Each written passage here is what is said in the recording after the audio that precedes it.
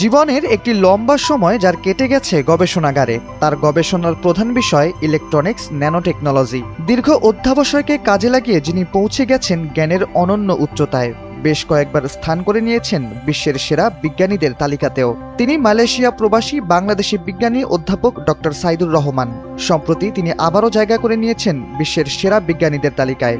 এডি scientific index ranking 2026-এ mechanical engineering শাখায় Malaysia থেকে প্রথম হয়েছেন তিনি। আন্তর্জাতিক এই স্বীকৃতি প্রসঙ্গে তিনি বলেন, এই অর্জন কোনো একক ব্যক্তির নয়। শিক্ষার্থী, গবেষণা দল, সহকর্মী, প্রতিষ্ঠান, অর্থায়নকারী প্রতিষ্ঠান সম্মিলিত প্রচেষ্টার ফলেই এই সাফল্য সম্ভব হয়েছে। এডি সায়েন্টিফিক ইন্ডেক্স 2026 অনুযায়ী ইঞ্জিনিয়ারিং ও টেকনোলজি মেকানিক্যাল ইঞ্জিনিয়ারিং বিভাগে তালিকাভুক্ত বিশ্বের 33,371 জন বিজ্ঞানীর মধ্যে এই মর্যাদাপূর্ণ অবস্থানে উঠে আসেন তিনি।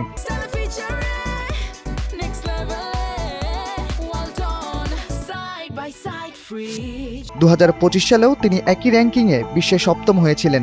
একই সালে ওবাদা পুরস্কারে বিশিষ্ট বিজ্ঞানী ক্যাটাগরিতে ডক্টর সাইদুর রহমান সম্মানিত হন।